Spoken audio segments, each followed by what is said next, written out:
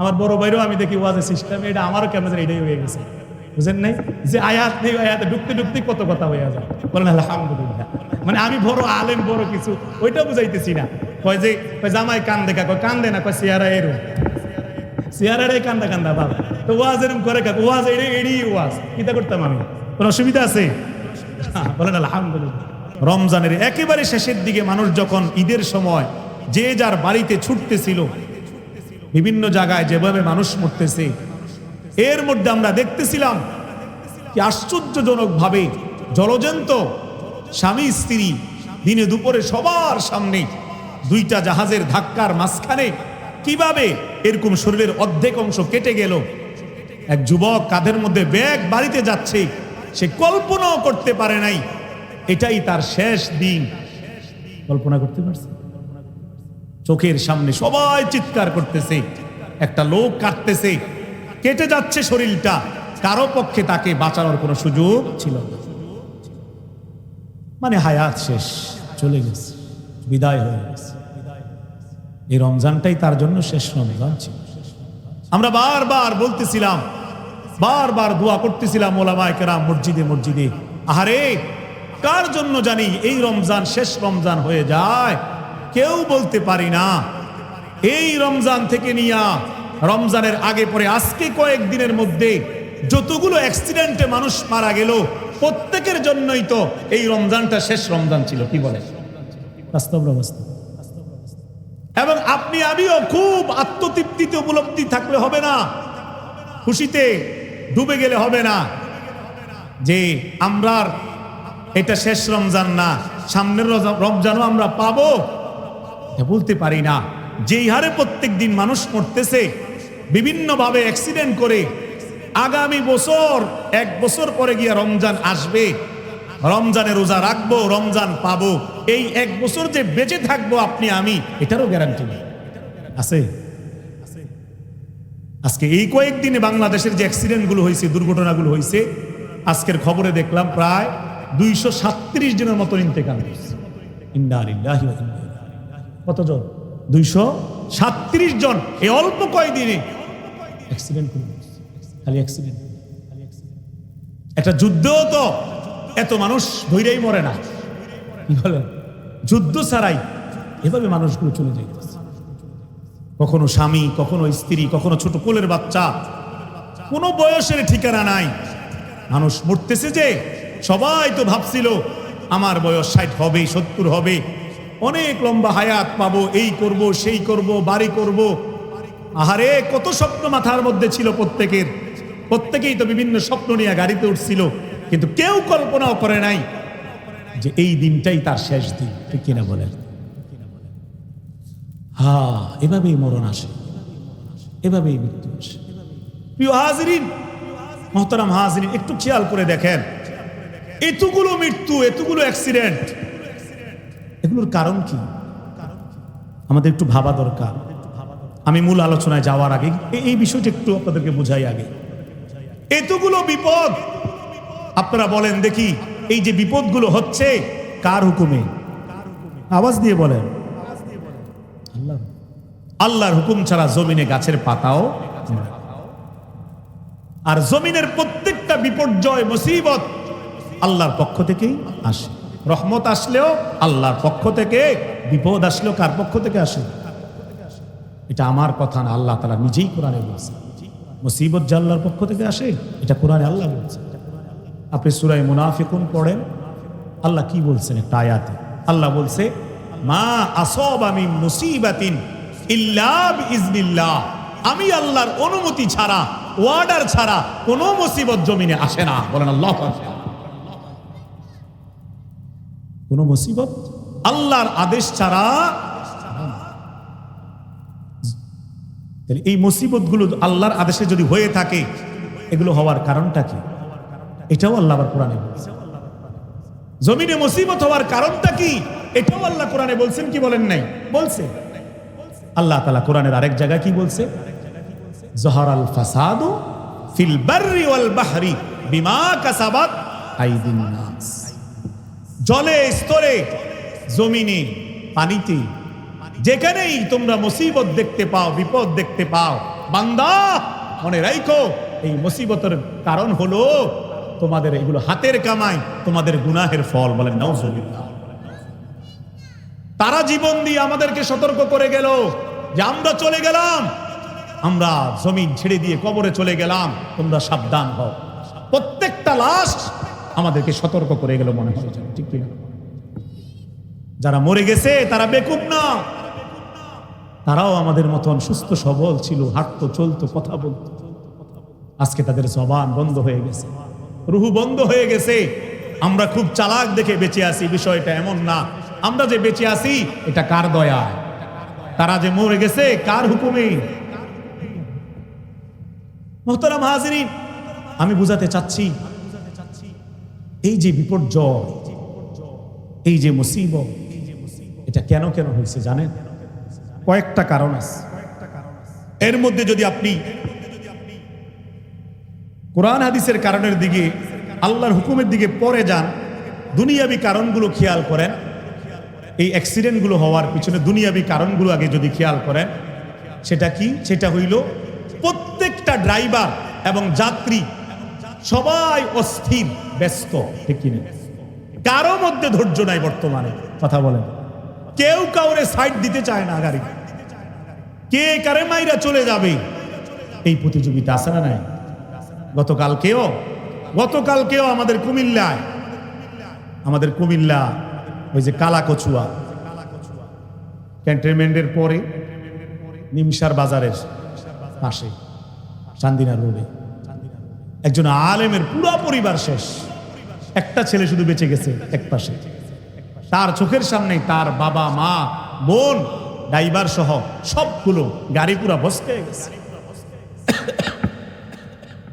তারা হোটেলে নাস্তা খাইলো, একটু আগে গাড়িতে উঠছে, গাড়িটা মেন রোডে উঠতেছে, ঠিক এমন সময় উল্টা দিক থেকে, যেটা তার রাইট সাইড না, তার রাইট সাইড এই পাশে, সে রং সাইড দিয়ে কোনো কারণে স্টার লাইন একটা বড় বাস ধাম করে এমন জোরে চালাই আসতেছে।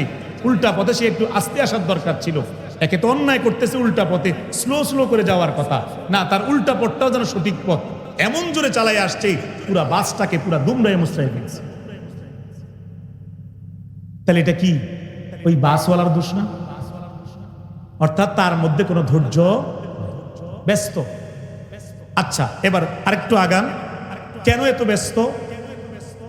এত ব্যস্ত জানেন? কারণ হইল বেশি টাকা কামাবে, বেশি তাড়াতাড়ি যাইতে পারলে আবার টিপ মারবো, বেশি টাকা কামাবে, টাকার জন্য, টাকার নেশা, লোভ। বনি আদম লোভে শেষ হয়ে গেল, আমাদেরকে লোভে পাইছে, লোভে, ঠিক কিনা বলে? খুব খেয়াল করেন আমার ভাইয়েরা। আচ্ছা, এই যে ড্রাইভারের মধ্যে এই তাড়াহুড়া, মানুষ কয় আরে তাড়াতাড়ি চালান, এটা ধরতে হবে, ওইটা ধরতে হবে, তাকে উস্কাই দিছে। এই যে লোভ, এটা কেন? কারণ ড্রাইভার বেচারা বাড়ির থেকে যখন বাইর হইতে লাগে, তার উপর প্রচুর পরিমাণে মানসিক টর্চার হয় ঘর থেকে। ঘরওয়ালি বলে, ঘরের মানুষ বলে, মহিলা বলে, স্ত্রী বলে স্বামীকে, আজকে কতদিন ধরে বলতেছি, পাশের বাড়ির মধ্যে কি সুন্দর ওয়াল শোকেস লাগাইছে, আনছে ঘরে, আমগো ঘরের ওয়াল শোকেসটা কো, কিতা ইনকাম করেন আপনি, একটা ওয়াল শোকেস আনতে পারেন না মিয়া? এরকম লজ্জা দেয় কি দেয় না? বেচারা তো বিপদে। শুধু তাই না, তার ইনকাম কম, সে দেখে ওই মহিলা, এরপরও প্রেসার দেয়। হ্যাঁ, একটা ওয়াশিং মেশিন থাকলে কত সুন্দর কাপড় দিতে পারতাম, একটা মেশিন এনে দিতে পারেন না, আবার এনে ভালোবাসা দেখান মিয়া, এভাবে লজ্জা দেয়। এটা লাগবে, ওইটা লাগবে, একটা স্বর্ণ চায়, একটা স্বর্ণের কত দাম। কতদিন ধরে কইতেছি ছোট্ট অজ্ঞা আংটির কথা, ছোট্ট অজ্ঞা আংটি, মনে হয় যে 10 টাকা দাম। কি বলে?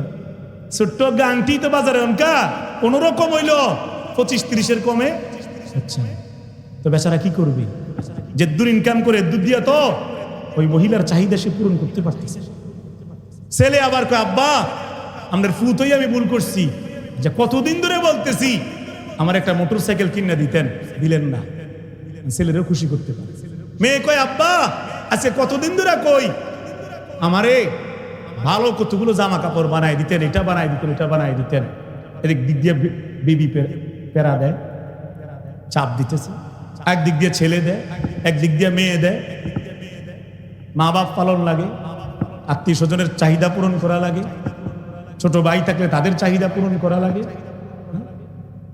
এই বেচারা এবার বেশি টাকা কামাইতে যাইয়া, সবাইরে খুশি করতে যাইয়া, নাদান মানুষগুলোকে খুশি করতে যাইয়া এখন সে কেমনে হালাল হারামের কোনো বাদ বিচার নাই, কেমনে 2 টাকা বেশি কামাবে এজন্য মনের মধ্যে সারাক্ষণ অস্থিরতা অনুভব করে, আর যেমনি ইচ্ছে এমনি গাড়ি চালায়। কথা বলেন, একটু বেশি চালাইতে পারলে বেশি কামাইবার, সবাইরে খুশি করবে, এটাও একটা কারণ কিনা?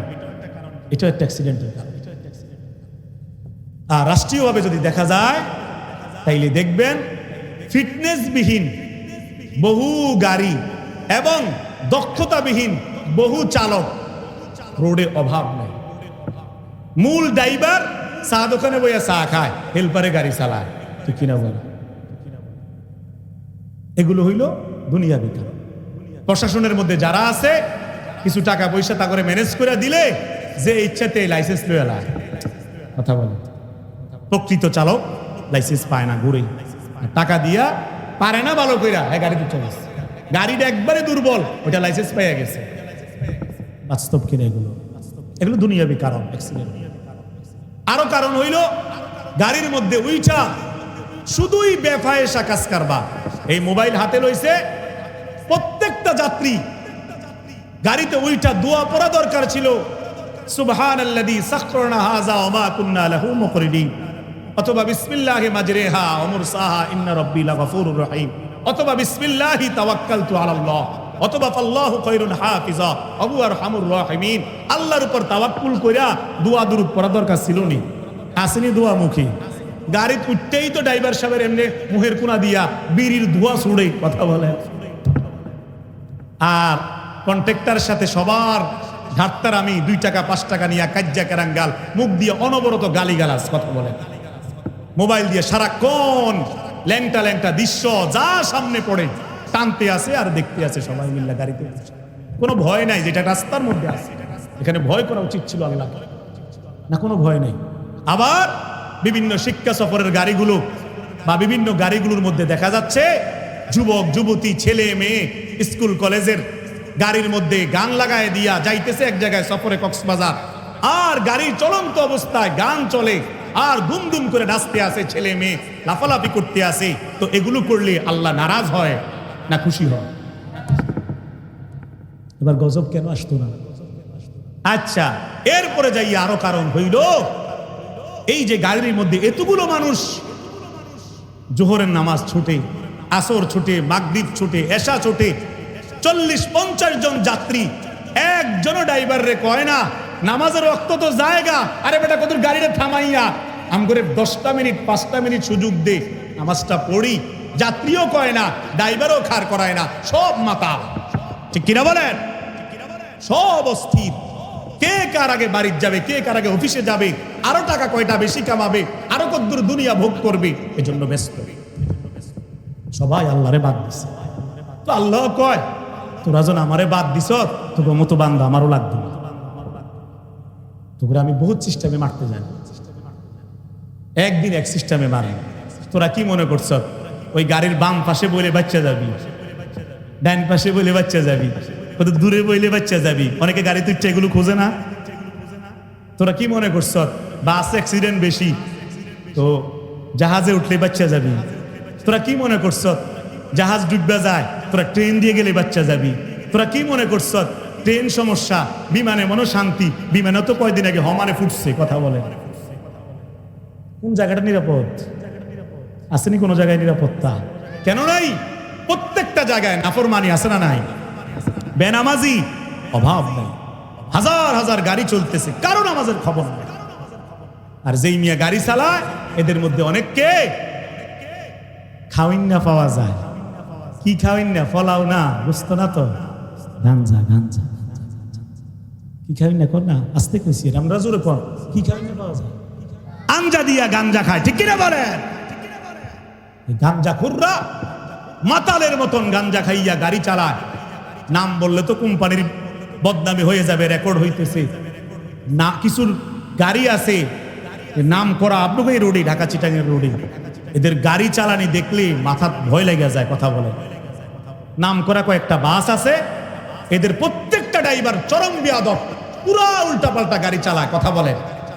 ডাক দিলেও এরা শুনে না, আর উল্টা গালি গালাজ যাত্রীদের। অ্যাক্সিডেন্ট হবে না কেন? 10 দিন সুরার, 1 দিন ধরা, 10 দিন বিপদ থেকে বাঁচে, 1 দিন সবাই রইয়া খাদের মধ্যে পড়ে, ঠিক কিনা বলে? তো যাই হোক, দুর্ঘটনার কারণগুলো একটু আপনাদেরকে তুলে ধরলাম, যেন আমরা সতর্ক হই। নামাজ পড়া গাড়িতে উঠি, গাড়িতে উঠাও যেন নামাজের কথা না ভুলি, গাড়িতে উঠা যেন দোয়া দুরুদ পড়তে না ভুলি, গাড়িতে উঠা যেন গাড়ির মধ্যে বৈশা বৈশা গুনাহে ডুবে না থাকি, আল্লাহকে ভুলে না থাকি, বেহায়াপনা না করি। আমরা যেন সতর্ক হয়ে যাই, তাইলেই আল্লাহ মুসিবত কমাবে। তা না হলে একদিন এক রকমের বিপদ শুনবেন, ঠেকাইতে পারতেন না, ঠিক কিনা বলেন? সরকার পাল্টাই কিতা করবেন আপনি? সরকার 14 জন পাল্টাইলেও আল্লাহ অ্যাক্সিডেন্ট করাইলে আপনি ঠেকাইতে পারবেন? একদিন এক সিস্টেম, একদিন এমনি ধাক্কাইয়া পুরা ট্রেনে 1 কিলোমিটার বাস নিচে গা, কথা বলেন আমগো পদুয়ার বাজার। হ্যাঁ, আরেকদিন এত বড় বাস জীবনও কেউ কল্পনা করে নাই, এভাবে চোখের সামনে দিনে দুপুরে ওই যে দৌলতদিয়া ঘাটে এত বড় বাস সবার সামনে, বাবার সামনে মেয়ের লাশ, মেয়ে বাসের ভিতর, বাবা চিল্লান দিয়ে মাথা তাপ দিয়া লাইছে। স্বামীর সামনে স্ত্রী, স্বামী নামছিল বাসের থেকে কিছু কিনতে, স্ত্রী বাসের ভিতরে, স্বামী চিল্লান দিয়ে উঠছে, বাস ডুববে যেতে আছে, কেউ আটকে রাখতে পারলো আসেনি। এজন্য আমার ভাই, সময় থাকতে সতর্ক হওয়ার জন্য আমাদেরকে আদেশ দিয়েছেন কে? আরো জোরে একটু জবান খুলে আল্লাহকে খুশি করে বলেন নাকি? রব্বুল আলামিন কোরআনে কারীমের মধ্যে বলেছেন, ওয়া আনিবু ইলা রাব্বিকুম ওয়া আনিবু ইলা রাব্বিকুম ওয়া আসলিমু লাহু মিন ক্বাবলি আন ইয়াতিয়াকুমুল আযাব। এরে বান্দা, সময় থাকতে ফিরে আয়, ফিরে আয়। মুসিবত আসলে আমার মুসিবত তোরা কেউ ঠেকাইতে পারবি না, ঠিক কিনা? রব্বুল আলামিন বললেন, তোরা সবাই মিলে আমি আল্লাহর কাছে ফিরে আয়, তওবা করে ফেল। অতুবু ইলাল্লাহি জামিআ আইয়ুহাল মুমিনুন লাআল্লাকুম তুফলিহুন। যদি তোরা সবাই মিলে আমি আল্লাহর কাছে তওবা করে ফেলস, আমি আল্লাহ বলে দিলাম তোরা মুমিনরা তওবা করলে লাআল্লাকুম তুফলিহুন, তোরা সফল কাম হয়ে যাবি, তোরা বিপদ থেকে বাঁচবি, সফল কাম হইয়া সোজা জান্নাতের মধ্যে চলে যাবি। সুবহানাল্লাহ। আরো জোরে বলেন সুবহানাল্লাহ। হ্যাঁ, তওবা করলে, ক্ষমা চাইয়া ফেললে আল্লাহর কাছে অসুবিধা আছে? এজন্য এই যে মুসিবত চলতেছে, বিপর্যয় প্রত্যেক দিন ঘটতেছে। আজকেও কিন্তু অনেকগুলো অ্যাক্সিডেন্ট হয়েছে, ছোট বড়। আমি ভিডিও দেখছিলাম, একজন সিএনজি ড্রাইভার এত ভয়ঙ্কর অ্যাক্সিডেন্ট করছে, একের চোখের সামনে পাও কাইটা, পাও পড়ে রয়েছে, পায়ের থেকে রক্ত বেরোতেছে, পাও কাইটা। আজকে একটা বাসের মধ্যে আজকেও আগুন লাগছে, পুরা দাউ দাউ করে জ্বলতেছে। মানুষ মরে নাই, মানুষ নেমে গেছে, কিন্তু বিপদ তো। যদি মানুষগুলো মরতো। কয়েকটা মোটরসাইকেল আজকে অ্যাক্সিডেন্ট হয়েছে, কয়েকটা যুবক আজকেও মরছে। 10-12টা যুবক হেরাই ক্যামেরা করতেছে, ভিডিও করতেছে পিছন থেকে, একসাথে রেসে বাইর হইছে, 2টা পড়ে গেছে, দাম করে বাড়ি খাইছে। সামনে পিকআপ আসতেছিল রং থেকে, এমন বাড়ি খাইছে, জাগাত শেষ। আজকেও, আজকে কয়েকদিন মনে হয় যেন মানে অ্যাক্সিডেন্ট দুর্ঘটনার একটা সিরিজ চলতে আছে, একটা সিনেমা চলতে আছে। অ্যাক্সিডেন্ট আল্লাহর পক্ষ থেকে কিনা? কেন এটা হচ্ছে? আমাদের কারণ, আমাদের পাপের কারণ। রমজান মাসে রোজা রাইখা ইচ্ছা মতন সবাই মার্কেটে মার্কেটে ঘুরছে, ঠিক কিনা? নারী পুরুষ, নারীর সংখ্যাই বেশি ছিল বাজারে। পর্দা পুশিদার কোনো খবর নাই।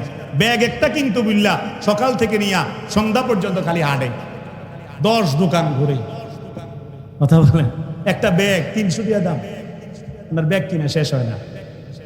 তারাবির নামাজের টাইম, এশার নামাজের টাইম, কি মার্কেট বন্ধ ছিল নাকি? দোকানদারও বেনামাজি, কাস্টমারও বেনামাজি। আল্লাহকে কি পরিমাণ নারাজ করছে! এমনি আল্লাহ তাআলা রাগ হয় না। রোজার নামে তামসা চলছে, তামসা, রোজার নামে তামসা চলছে। সবাই মনে করছে রোজা মানি ওদের না খাইয়া থাকুন, না খাইয়া থাকলেই আল্লাহ খুশি। না না না, আল্লাহ বলছে লাআল্লাকুম তাত্তাকুন, রোজা এজন্য দিছি যেন তাকওয়াবান হইতে পারস বান্দা, আমি আল্লাহকে চিনতে পারস, মুত্তাকি হইতে পারস, গুনাহ পরিপূর্ণভাবে ছাইরা পুরা বছর ভালো হইতে পারস। এজন্য রোজা দিছিলাম, শুধু না খেয়ে থাকার জন্য না। রমজানের মতো এত দামি মাস, এই মাসেও বাংলাদেশে নরসিংদীর মধ্যে অল্প ছোট্ট কম বয়সের মেয়ে বাবার হাত থেকে টান দিনে নিয়া জোর কইরা বারবার কইরা কতগুলো পাষণ্ড ধর্ষণ করছে। পবিত্র মাস ছিল এটা, মুসলমানের মেয়েকে ছেড়ে শেষ করে ফেলছে। এগুলো কি? হ্যাঁ? আর আমগো যেই ব্যবসায়ীরা আমগো বাজারের ব্যবসায়ীরা, এরা মনে মনে খুশি আমরা হইলাম ব্যবসায়ী। আর হাদিস শুনছে পরকালে ব্যবসায়ীরা, আমানতদার ব্যবসায়ীরা নবী সিদ্দিকদের সাথে একসাথে জান্নাতে যাবে। হাদিস শুননা খুশিতে গদগদ। তো এটা তো খেয়াল করলো না, আমানতদার হইতে হয় ব্যবসায়ীদেরকে। তো এটা নিয়ে আমানতদারি, 300 টাকার কাপড় এটা 3500 টাকা যে বেচলেন আমনে, আর কাস্টমার যাওয়ার পরে লগের দোকানদারের কাছে, লগের ছেলের কাছে হাসি দিয়া কয়, জানাস তুই কি গোল দিলাম, লাভ কত করছি, কোথার বিনি কত, কিনছি 180 দিয়ে দিয়া, বেচছি 3500। বাস্তব না অবস্থা? আরেক বেড়া আজকে কয়েকদিনের খবরে দেখা গেছে, হ্যাঁ 240 টাকা দামের পাঞ্জাবি সে 300 টাকা বেচছে কা, মানে 60 টাকা লাভে বেচছে কা, এর দোকান থেকে বাইর করে দিচ্ছে ঢাকায়। ঠিক কিনা? মানে উচিতটাই দেশে করা যাবে না, অনুচিতটা হলে ঠিক আছে। কি পরিমাণ ধোকাবাজি ব্যবসায়ীরা করছে দোকানে দোকানে বলেন। এখন কইলে কই কি করবো জানেননি, হুজুর বছরে একবার কি আমরা কত লাভ করতাম না, এত ফতুয়া মারেন কা? আরে মেয়ে তোমার লাভ করতে নিষেধ করছে কে? কে নিষেধ করছিল? ব্যবসা মানেই তো লাভের জন্য।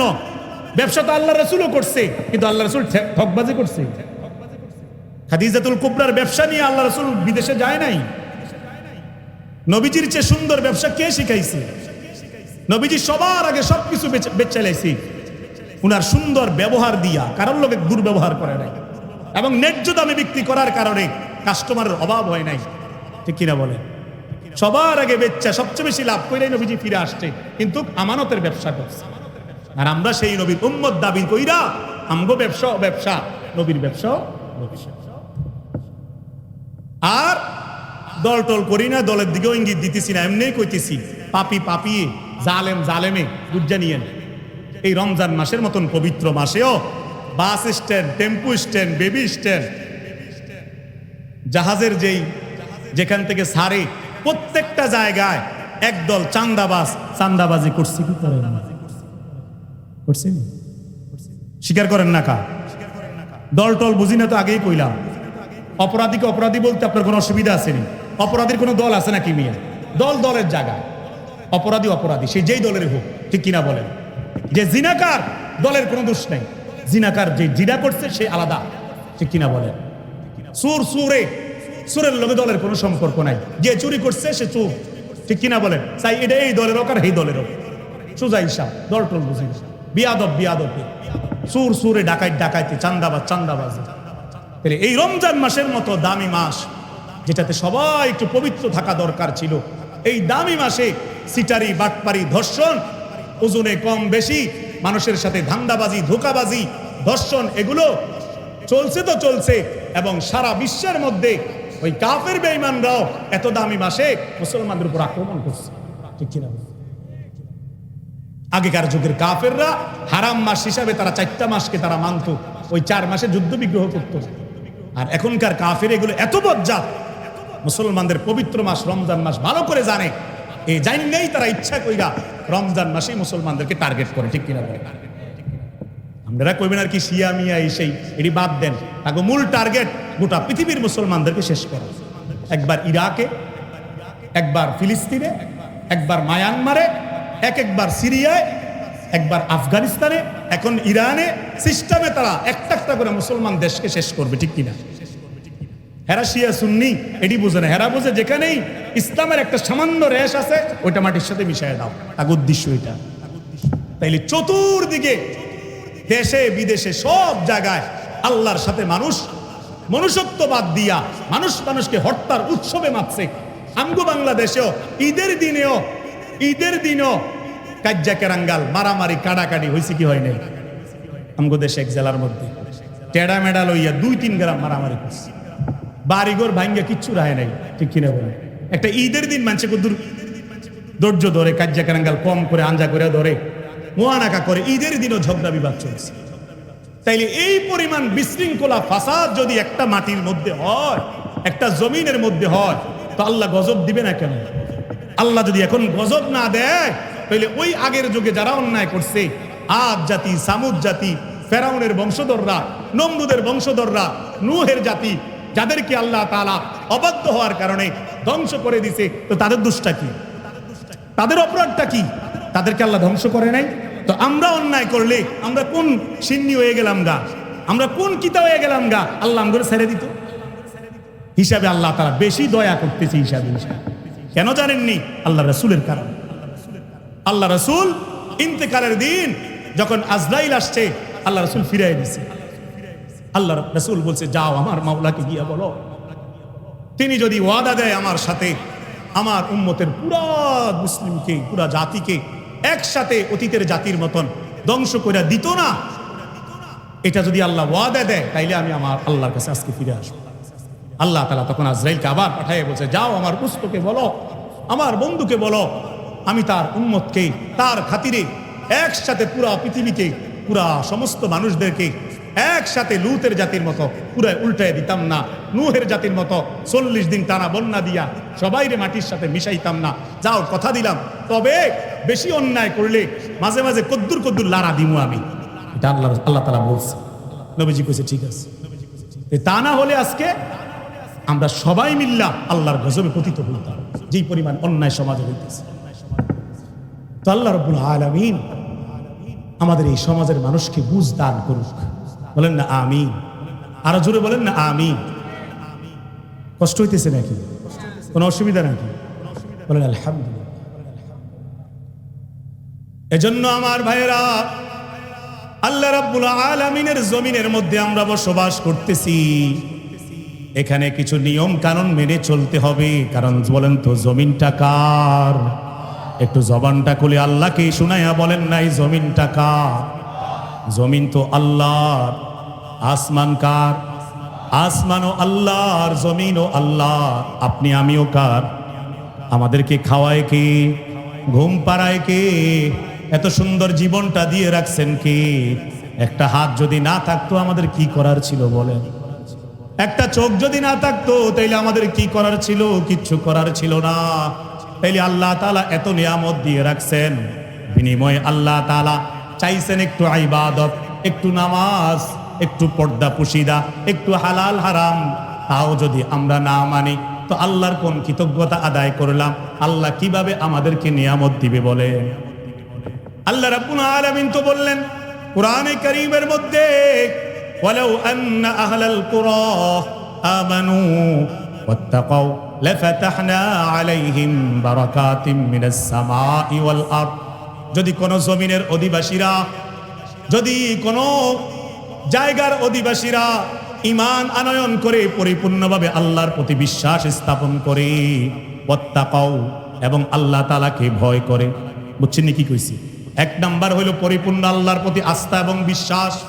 2 নাম্বার, প্রতিটা কাজ করার সময় আল্লাহর ভয়ের চিন্তা করে, হিসাব করে কাজ করলে আল্লাহ তাআলা বললেন লাফাতাহনা আলাইহিম বারাকাতিম মিনাস সামাই ওয়াল আরদ। তাইলে গিয়া আমি আল্লাহ তাআলা আসমান জমিনের বরকতের দরজা খুলে দেব।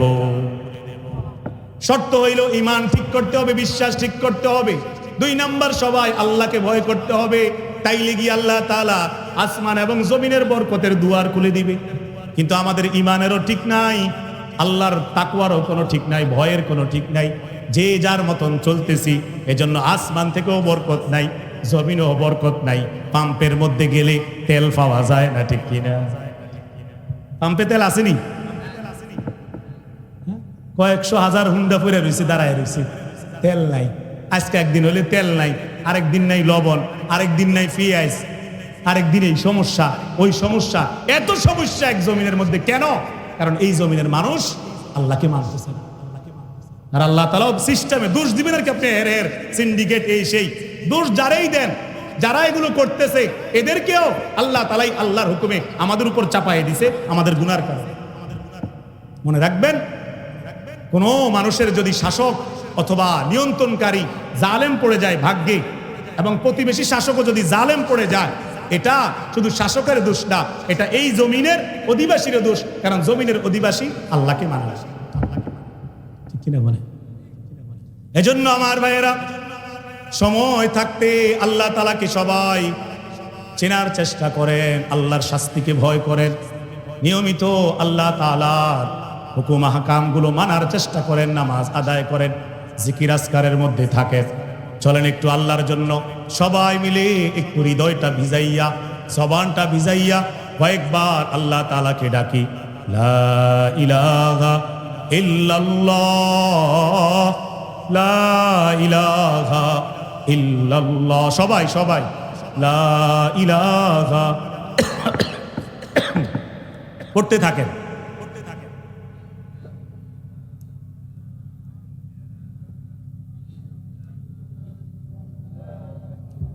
লা ইলাহা ইল্লাল্লাহু মুহাম্মাদুর রাসূলুল্লাহ। পড়েন সাল্লাল্লাহু আলাইহি ওয়াসাল্লাম। বেশি কষ্ট হইতেছে, গরমের দিনে আয়ে পড়ছে তো একটু। শীতকালের ওয়াজের মজার এখনকার এক হইতো না, আমরাও জানি। আমার ভাইরা চলেন এবার কি ভাই, আমরা এই হুজুররা কিন্তু বিপরে পরে কি থাকো, আমার কিন্তু এটা চোখ কিন্তু লাইটের মতন ঘুরে। আমার বড় ভাইরা আপনারা ভালো করেই চিনেন, আমি কিন্তু কয়েকবার খেয়াল করছি। আমার বড় ভাইরা চিনেননি কি না? এই তো মাশাআল্লাহ, এতক্ষণ উনি কি কইতো কোন তো, এটা দেখলে এতক্ষণ আপনি করে কি কইলে হইলে একটু চিন্তা করছেন নি? উনি ডাক দিল কি কি শব্দটা দিয়ে জানেন নি? টাকার রাগ হয়ে যাবে, হুজুর মানুষ, মাদ্রাসার ছাত্র, বসছেন কষ্ট করে কথা বলেন, ওগুলো আলগা হয়ে বসেন, এটা কিন্তু নিয়ম। বন্ধু বন্ধু মাহফিলে একসাথে বসতে নেই, এটা আমার ভাইও আমারে শিখাইছে। আপনাদের এখানে কাছাকাছি রশিদিয়া মাদ্রাসা না? রশিদিয়া মাদ্রাসা কয় যে ফেনী, এই উনি এখানে একজন বড় হজরত আছে না, কি জানি না হুজুরের, হ্যাঁ হ্যাঁ শহীদুল্লাহ সাহেব। হ্যাঁ, এই আমি ছাত্র জীবনে একবার আমার ভাই আমার এখানে নিয়ে আসছিল বয়ান শোনার জন্য। হুজুর ভাইও বয়ান শুনবে, আমিও শুনবো। তো আসার পরে ভাই আমার খেয়াল আছে, আমার ভাই আমার সাথে বসতে দেয় না। উনি আমার কইছে তুমি মসজিদের ওই কোনায় বসো, আমি মাঝখানে আছি। পরে আবার বয়ান শেষ আমার কাছে আইও। আমি বললাম ভাই কি লেগে? তুমি আমার লগে বইলে কদ্দুর পরে পরে তুমি আমার লগে কথা কইবা, আমারও মন চাইবো তোমার দুই একটা কথা কইতাম। বুঝছেন নাকি কইছি? আলগা আলগা বইও, তুমিও দিল দিয়ে বয়ান শোনো হজরতের, আমিও শুনি, কারণ এই বয়ান মিস করলে ধরা। আল্লাহওয়ালাদের বয়ান, এখান থেকে আমি শিক্ষা পাইছি। এরপর থেকে আমি যেখানে যাই, যদি দুই বন্ধু যাই বড় কোনো মজলিসে, দুইখানে বসি। বাইরের থেকে এটা শিখছি। রাগ হয়েছে? হ্যাঁ, একসাথে বসবেন না। যদি কথা হবে মনে হয় এমন বন্ধু হয়, একটু দূরে হয়ে বসবে, আলগা হয়ে, অথবা চুপচাপ বয়ান শুনবেন, মজলিসের সৌন্দর্য নষ্ট করবেন না। যাই হোক আমার ভাইয়েরা, বেশি লম্বা চূড়া করবো না, ভূমিকা হিসাবে কথাগুলো বললাম। বর্তমান যে দুর্ঘটনাগুলো হইতেছে এগুলোর কারণ এবং এগুলোর সমাধান কি করা দরকার, নামাজ রোজা দোয়া কালাম পড়া দরকার, সব বলছি কি বলি নাই? হ্যাঁ, এবং যে রমজানে যে গুনাহ খাতা হইছে, ঠিক মতন রমজান আদায় করতে পারি নাই, আল্লাহ যে রাগ হইছে, এটার প্রমাণ পাওয়া যাচ্ছে কি যাচ্ছে না? এই জন্য সাবধান হয়ে যাই, সাবধান হয়ে যাই। আরে রমজান যাইতে না যাইতে একটু খেয়াল করে দেখেন মসজিদের মুসল্লি কেমনে করে গেছে। কেউ ভাই বাস্তব না অবস্থা? জোহরে আসরে মাগরিবি রমজান মাসে 3-4 কাতার মুসল্লি এগুলো ছিল, কোথায় জানি মনে হারায় গেছে। হ্যাঁ, আমার মনটা চাই কি জানেননি, মাইক বাইর করতাম, মাইক সিএনজির মধ্যে মাইক লাগাইয়া আমার মন চায় মাইক দিয়া বলাইতাম একটি হারানো বিজ্ঞপ্তি। রমজান মাসের কতগুলো মুসল্লি আজকে কয়দিন ধরে কই জানি হারায় গেছে। যদি কোনো হৃদয়বান ব্যক্তি মুসল্লি এগুলো পান, এগুলোর মসজিদে আইনা দিয়েন, পুরস্কৃত করা হবে। এরকম মাইকিং করার দরকার না। এখন হাসেন, বাস্তব কিনা এগুলো? কোনায় হারাইছে? কোনায় হারাইছে জানেননি? কিছু হারাইছে ঈদের দিন পিকআপের মধ্যে ব্যাকসেট লাগাইয়া এমনি এমনি মাথা লাগে, হাত পাও সব লাগে, এগুলো হারাইছে ঈদের দিন, ঠিক কিনা? মধ্যবয়সে কিছু হারাইছে পার্কে পার্কে, বিবি লইয়া শালি লইয়া বিভিন্ন পার্কে পার্কে ঘুরতে আসে, নামাজের খবর নাই, ঠিক কিনা? কিছু হারায় গেছে ঘরের বিছনার মধ্যে, অলসতা। কিছু হারায় গেছে মোবাইলের মধ্যে, কিছু হারাইছে টিভির মধ্যে, কিছু হারাইছে আনন্দ উল্লাসের মধ্যে, ঠিক কিনা? নামাজের খবর নেই। এত বিপদ দেখে, এত লাশ দেখে, এত জানাজা দেখে, এত মৃত্যু দেখে, প্রতিদিন মানুষের মৃত্যু দেখতেছে, প্রতিদিন মানুষের লাশ দেখতেছে, কবর দেখতেছে, একটা বারও চিন্তা করে না আমারও মৃত্যু হবে। আহারে, একটা বারও সে চিন্তা করে না আমি যদি রাজপ্রাসাদে থাকি আমাকে মরতে হবে, আমি যদি কুড়ে ঘরে থাকি আমাকে মরতে হবে। মরা এটা সত্য, মরা থেকে কেউ বাঁচতে পারবে না। নির্দিষ্ট সময় যখন আজরাইল আল্লাহ পাঠাবে, বয়স আমার 30 হোক, বয়স আমার 40 হোক, আমি থাকতে পারবো না। ওয়াজাআত সাকরাতুল মাউতি বিল হক যালিকা মা কুনতা মিনহু তাহিদ। রব্বুল আলামিন বলেন, এরে বান্দা, তুমি যতই মৃত্যু থেকে পলায়ন করতে চাও বাঁচতে পারতা না, মৃত্যুর যন্ত্রণা সহ্য করতেই হবে। কোরআনে বারবার আল্লাহ সতর্ক করছেন। আল্লাহ বলছেন, লিকুল্লি উম্মাতিন আজাল ইদা জাআ আজালুহুম লা ইস্তাখিরুনা সাআ ওয়া লা ইস্তাকদিমুন। এই বান্দা সাবধান, মৃত্যুর সময় আমি লিখে রাখছি, নির্ধারণ করে রাখছি। 1 মিনিট আগেও তুই মরতি না, 1 মিনিট পরেও মরতি না। বয়স তোর যেমনটাই হোক, তুই যেই পরিবহনে থাকস না কেন, যেই বিমানের মধ্যে থাকস, তুই জাহাজে থাকস, তুই বাসে থাকস, যেই হাসির মধ্যে থাকস, তুই কষ্টের মধ্যে থাকস, যেই অবস্থাতেই থাকস, আমি যেদিন মৃত্যু লিখে রাখছি তোকে আমার ডাকে সাড়া দিতেই হবে, দিতেই হবে, দিতেই হবে। বাঁচার কোনো লাইন নাই, ঠিক কিনা বলে? কিন্তু আমরা সবাই আনন্দের মধ্যে ডুবে আছি, মাওলার গোলামি ছাইরা আনন্দ ডুবে আছি। ফোন করে কয়, হুজুর বাড়ির মধ্যে একটা কোরআন শরীফ এটা সিরা গেছে গা, একটা মাসলা জিগাইতাম আপনারে। মাসলা মুসলা না করে, মাসলা বেটা না, মুসলা মুসলা কি কয়, মুসলা, একটা মুসলা জিগাইতে। হ্যাঁ, ইমাম সাহেব কয় কি মুসলা? নামাজের মুসল্লা নি? কয় না না, একটা মুসলা মুসলা। কয় মাসালা নি? কয় হ্যাঁ মাসালা মাসালা মাসালা। কি মাসালা? তো কোরআন শরীফটা সিরা গেছে। তো কি করতাম? এটা বুঝতেছি না, এটা একটা ঝামেলা। এখন নাউজুবিল্লাহ পড়েন, কোরআন শরীফটা কি এখন ঝামেলা হয়ে গেছে? এটা কি আগুন দিয়ে জ্বালাইতাম, নাকি পানি দিয়া পানির মধ্যে নদী ছেড়ে দিতাম, না মসজিদে পাঠিয়ে দিতাম? বাড়িতে কোরআন শরীফ একটা আছে, এটা সিরা বিরা গেছে, এটা কি করতাম? বুদ্ধি দেন। প্রশ্ন করে কি করে না? ফোন আই কি আইয়ে না, রাস্তাঘাটে জিজ্ঞাসা করে না, হুজুররা জবাব দেন। কোরআন শরীফের মাসালা জিজ্ঞাসা করে। আরে আফসোস মুসলমানের বাচ্চা, মুসলমান দাবি করো, ঘরের মধ্যে একটা মাত্র কোরআন শরীফ, এটা সিরা গেল কেন? কেউ পড়ো না তোমরা ঘরের মধ্যে কোরআন? ঘরের প্রত্যেকটা সদস্যের কাছে একটা করে এরকম বড় বড় এত লম্বা লম্বা অ্যান্ড্রয়েড মোবাইল সেট সবার কাছে আছে, কিন্তু সবার জন্য একটা করে কোরআনে কারিমের কপি নাই, ঠিক কিনা বলে? মোবাইল সবার হাতে, কোরআন কারো হাতে? প্রত্যেকটা যুবক রাত্রে 2টা-3টা পর্যন্ত মোবাইল দিয়া উলঙ্গ নাচ বেহায়াপনা দেখতেছে, আল্লাহকে নারাজ করি। প্রত্যেকটা যুবকের কোরআন তেলাওয়াতের কোনো খবর নেই। রমজানে ব্যু করে কদ্দুর মসজিদের বারান্দাটা ইয়া পড়ছে, রমজান শেষ, কোরআন শরীফটা মসজিদের ওই সিপাইডার মধ্যে এই যে জমা দিছে, আগামী 11 মাস ইমাম সাহেবের কইছে আমারে কিন্তু আর এটার কাছে পাইতেন না তো ভাইয়া, আমার আবার দেখবেন যদি বাচ্চা থাকি আগামী রমজানে আবার ব্যু করতাম, আমু ব্যু করে নামে একটা খতম দিয়া আমনে করে 100 ধরাই দিয়া কমুর এক খতম হয়েছে, দোয়া করে দিয়েন, বক্সাইয়ে দিয়েন, বক্সাইয়ে দিতে, বক্সাইয়া হুজুর খতমটা বক্সাইয়ে দিয়েন। রাগ হইেন না, খতম পড়া কোনো হন্ডায় না, খতমটাই আমি ব্যঙ্গ করতেছি না, দুঃখের থেকে কথাটি বলতেছি যে কোরআন শরীফ কি শুধুমাত্র রমজান মাসে পড়ার জন্য নিয়ে আসছে, না পুরা বছর পড়তে হবে?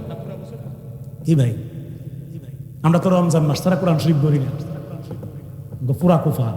আমরা মনে করছি নামাজ মানে রমজান মাসে, কোরআন শরীফ মানে রমজান মাসে। রমজান মাসে আমার মাসালা জিগা একজনে, এক মুরব্বী, কি কয় জানেননি? আমি মুলায়াতে ঢুকতে পারতেছি না ভাইয়েরা, আমার ভূমিকা শেষ হইতেছে না, বিরক্ত লাগেনি কোনো, ওয়াজ চলতনি কো দূর, আরো এটা ফেলাই দিয়ে নেছেন একটু সামনে। আমারে মাসালা জিগে কৌজুর চিন্তা করে আমগো বদ অভ্যাস, এক মুরব্বী জিগে আমার দিকে তাকান, লড়াচড়া করেন না। হ্যাঁ, আমার জিজ্ঞাসা করে হুজুর চিন্তা করতাম বদ অভ্যাস, কি বদ অভ্যাস কাকা? আসলে হুজুর বিড়ি তো সারা বছর খাই, নাউজুবিল্লাহ করোনা কথা। কি কে জানেন, বিড়ি তো সারা বছর খাই, রোজা রমজানের মাস কেমনে খাইতাম, দিনের বেলা তো খাওয়া সম্ভব না, রোজা রাখি তো। এখন রাতকে মাগরিবের পরে বিড়ি ধরান যাইবনি, মাসালা জিগা মুসলা মুসলা কইছিলাম, মুসলা মাসলা জিগা মানে হুজুর সারা বছর তো খাই না, এটা তো এটা ছাড়া তো আমার ঘুম হয় না, আমার পায়খানাও ক্লিয়ার হয় না। কথা বলে অনেক পেত্তিনির আছে কি বাথরুমে যাইয়া বাথরুম ক্লিয়ার হয় না বিড়ি শব্দ শেষ না করলে, ঠিক কিনা বলেন? মাসলা জিগা হুজুর দিনে তো খাওয়ান যাইতো না জানি, রোজা রাখিয়া তো কিছু খাওয়ান যায় না, রোজা তো না খাইয়া থাকুন লাগে, বিড়িও তো এটার ভিতরেই আছে, খাওয়া যাবে না। এখন মাগরিবের পরে ইফতারের পরে বিড়িটা ধরান যাবো নি, মাসলাটা কি এটা? মাসলাটা হইলো ইফতারের পরেও ধরান যাইতো না, রোজার পরেও ধরান যাইতো না, এটা টোটাল বুঝছেন নি, বিড়িরে 3 তালাক মারেন। কি কইছি কর, বিড়িরে 3 তালাক। হুজুরিটা কি তখন এটা তো একটা বদ অভ্যাস হয়ে গেছে, কাজ ছাড়তাম পারি না। আমি কি এটা মধ্যে কি মজা পান কর? এটা কোনো স্বাদ আসেনি? হয় না। কোনো উপকার হয়নি? হয় না। আমি কি এটার প্যাকেটের মধ্যে কি লেখা? ধূমপান মৃত্যু ঘটায়, তো সব জান না ক্যান্সার হবে, এটা আপনার কলজা খায়াল হবে, এটার মধ্যে কেন খান এটা? মানে আপনি সান কিতা জানেননি, অর্থাৎ আপনার এই মুখ দিয়া দোয়া ঢুকাইয়া আগের থেকে প্র্যাকটিস করতে আসেন, কবরের মধ্যে যাইয়া যেন ওই চারিদিক দিয়ে যখন আগুন ধরবে, ওই আগুন যেন সহ্য করেন যায়, আগে আগে ভিতরে আগুন ঢুকাইয়া একটু প্র্যাকটিস চলতে আছে নাকি? হ্যাঁ, কিও বিড়ির ধোয়ার আগুন আর জাহান্নামের আগুন তো একই কথা নাকি? এত সোজা ওই আগুন? আরে মিয়া, কোরআনে কারীম একটা আয়াত আছে শুনেন, সূরা গাশিয়ার মধ্যে আল্লাহ বলছে লা ইউসমিনু ওয়ালা ইউগনি মিন জু। জাহান্নামের যে পাপীদেরকে যে খাদ্যটা দেওয়া হবে, আল্লাহ বলতেছে এটা বড় ভয়ঙ্কর, খুব তিতা, এমন বাজে খানা যেটা খাইয়া জাহান্নামের কোনো স্বাদও লাগবে না, মিষ্টিও লাগবে না, মজাও পাবে না, শুধু কষ্ট পাবে। এমন কাটাওয়ালা বৃক্ষ, এমনি মুখের ভিতরে চাইপা খাইতে চাবে না, জোর করে ঢুকাবে, এগুলি সব সিরা, গলা মোনা সিরা টুকরা টুকরা হইয়া যাবে, এরপরে ভিতরে ঢুকাই দিলে বুমি টুমি হইয়া সে মইরা যাবে, আবার জিন্দা হবে। বলেন নাউজুবিল্লাহ।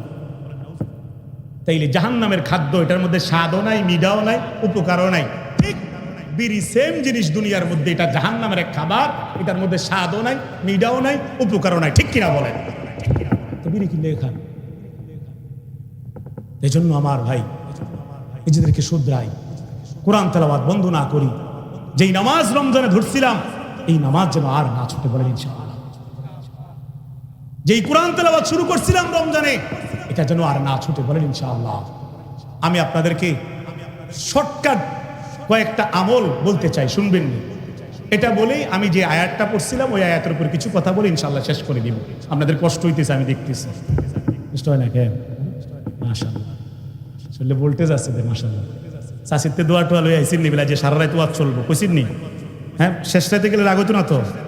আচ্ছা ঠিক আছে, কাকা আমার লাইন সারা রাত চলবো, কিন্তু সাইলেন্ট করে চলো। আলহামদুলিল্লাহ। বলে কে থাকবো না সারা রাত? আমারও তো কষ্ট হবে। জুমা পড়াইয়া বাড়ির যাই না, সোজা দিকে আসলাম। আমার ভাইয়েরা খেয়াল করেন, কয়েকটা শর্টকাট আমল বলবো বলছিলাম না? আচ্ছা, প্রশ্ন করি আগে, তাইলে বুঝতে পারবেন কথাটা। আচ্ছা, আপনাদের কারো পক্ষে প্রত্যেক দিন মাদ্রাসার হুজুররাও জবাব দিয়েন, ছাত্ররাও জবাব দিয়েন, আপনাদের কারো পক্ষে প্রতিদিন 1 খতম করে কোরআন শরীফ পড়া সম্ভব? জবাব দেন না। সাইকে কে এরকম জুনাইদ বুগদাদি আছেন, হ্যাঁ, ইমাম বুখারী আছেন, বা ইমাম আবু হানিফা আছেন, খারাপ না দেবে, আমি বুজুর্গ মানুষ ডেলি 1 খতম পাইরাম, ব্যস্ততার কারণেও তো সম্ভব না, ঠিক কিনা? কেউ ছাত্র, কেউ শিক্ষক, বিভিন্ন ব্যস্ততা আছে, বা কেউ বিভিন্ন কর্মজীবী আছেন, সারাদিন রাত পইরা 1 খতম কোরআন শরীফ দেওয়া সম্ভব আমাদের পক্ষে। কিন্তু যদি বিকল্প একটা বুদ্ধি থাকে যেটার মাধ্যমে 1 খতম কোরআন শরীফ দেওয়া যায়, ওই বুদ্ধি নিবেন নি? কথা কয় না? আরে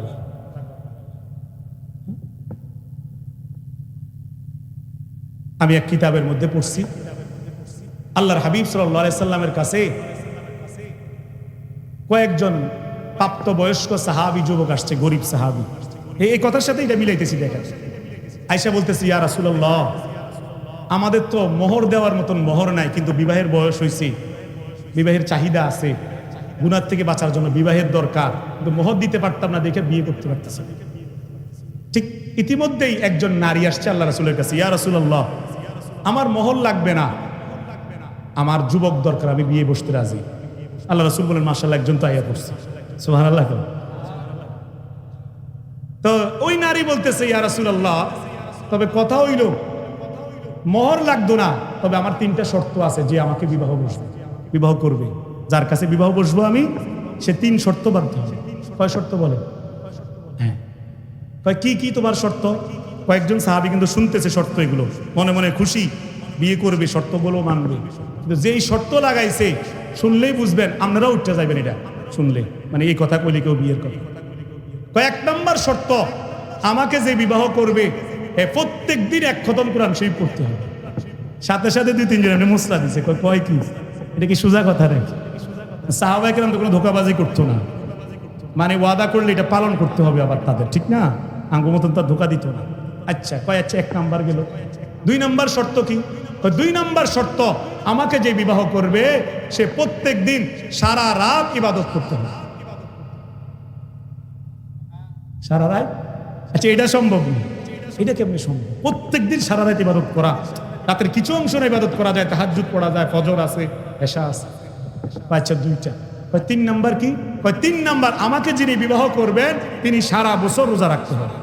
ও খোদা, প্রত্যেক দিন 1 খতম কোরআন শরীফ, প্রতিদিন তিনি সারা রাত ইবাদত করবে আর সারা বছর রোজা রাখবে, ফেব্রুয়ারির লোকে থাকবো কোন সময়?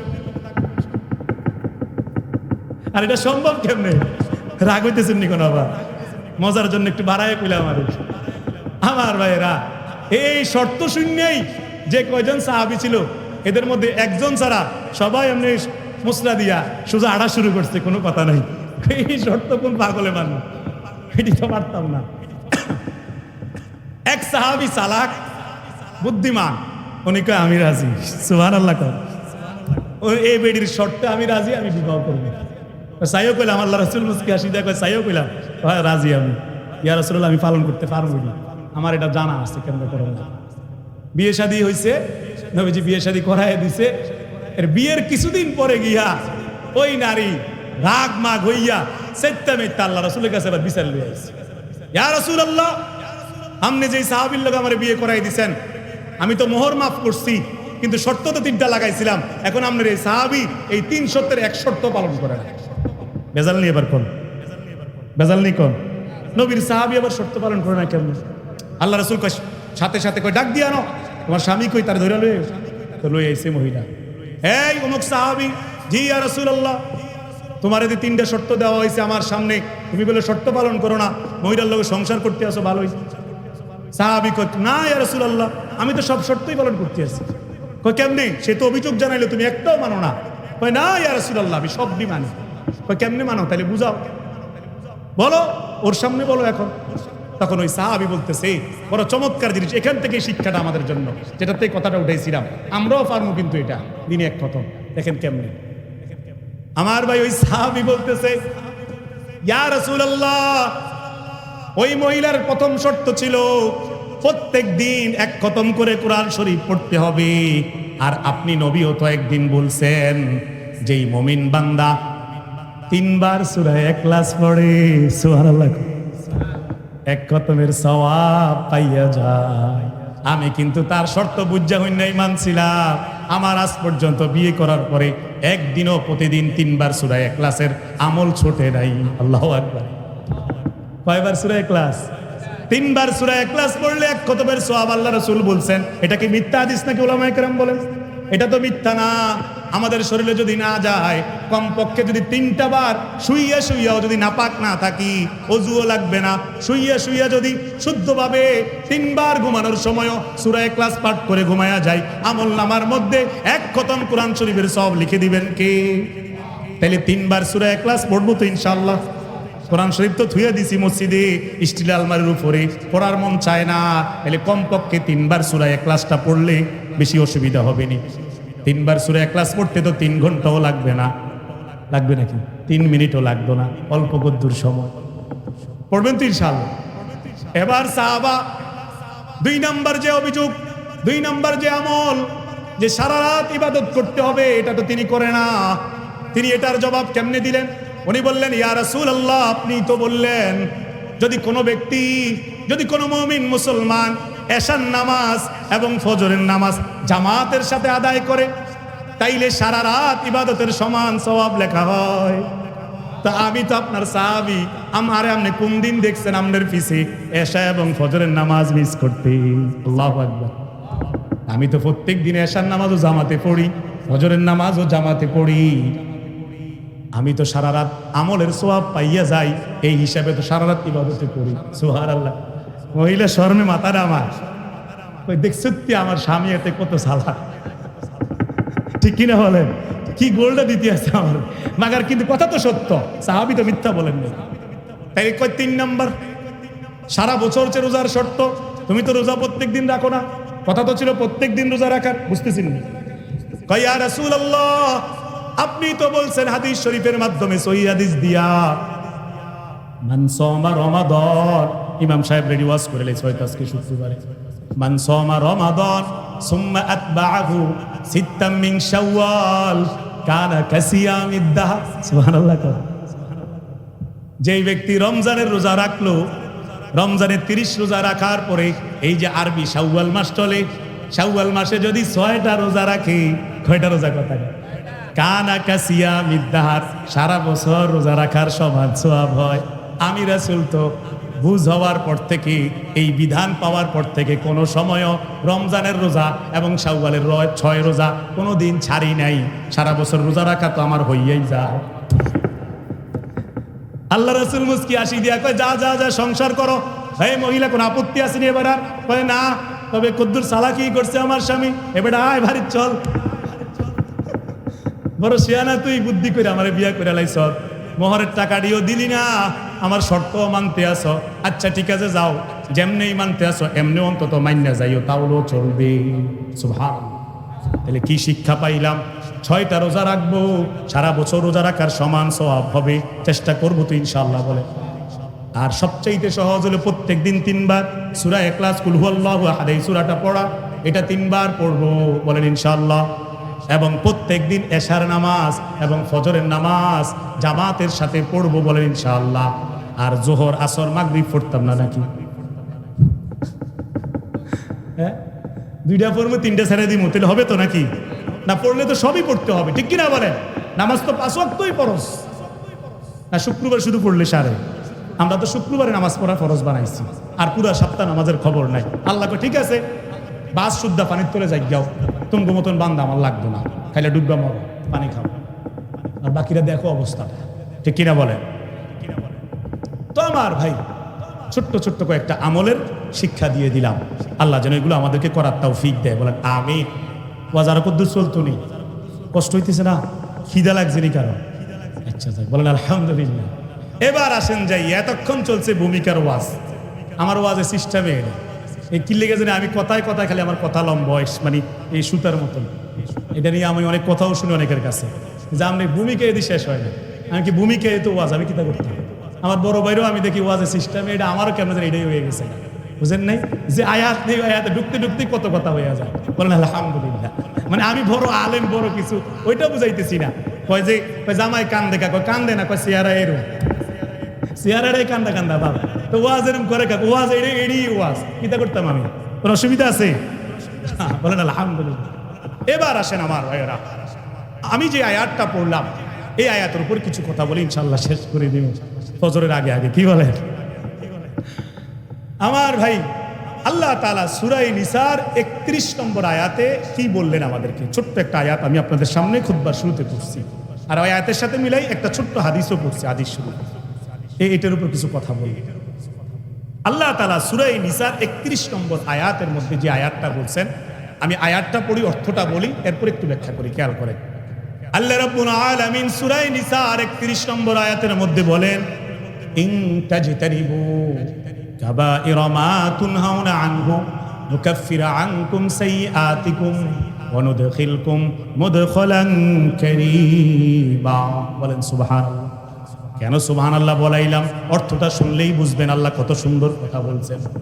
রব্বুল আলামিন বলতেছেন, আরে বান্দা, ইন তাজতানিবু কাবাইরা মা তুনহাউনা আনহু, যদি তুই বড় বড় কবিরা গুনাহগুলো তুই বন্ধ করে দেস, আগে অভ্যাস ছিল তওবা করে বন্ধ করে দিছ, আমি আল্লাহ তাইলে দয়া করে মুকাফির আনকুম সাইয়্যাতিকুম, কবিরা গুনাহগুলো বন্ধ করে দিলে তোর মাধ্যমে যে ছোট ছোট অনিচ্ছাকৃত ছোট ছোট গুনাহগুলো হয়ে যায়, মানে সগীরা গুনাহগুলো হয়ে যায়, আমি আল্লাহ দয়া করে তোর সগীরা গুনাহগুলো মাফ করে দিব।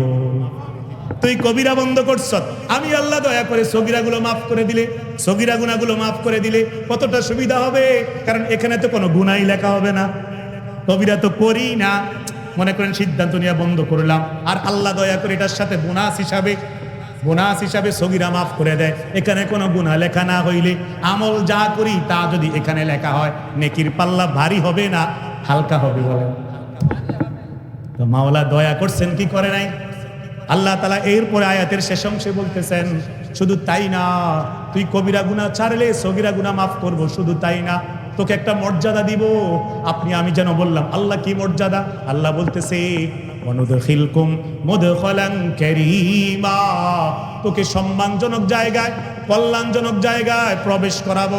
আমরা যেন বললাম, আল্লাহ সম্মানজনক জায়গা কি? তাফসীরে কুরতুবী সহ বিভিন্ন তাফসীরের কিতাবের মধ্যে আছে সম্মানজনক জায়গা আল্লাহর কাছে একটা, আর সেটার নামই হচ্ছে জান্নাতুল ফিরদাউস।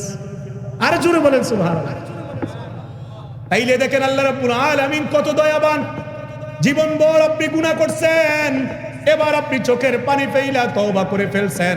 আল্লাহ আর বড় গুনাহগুলো করতাম না, কাউকে হত্যা করতাম না, কাউকে জাদু করতাম না, আপনার সাথে শিরিক করতাম না, এগুলো কবিরা গুনাহ না?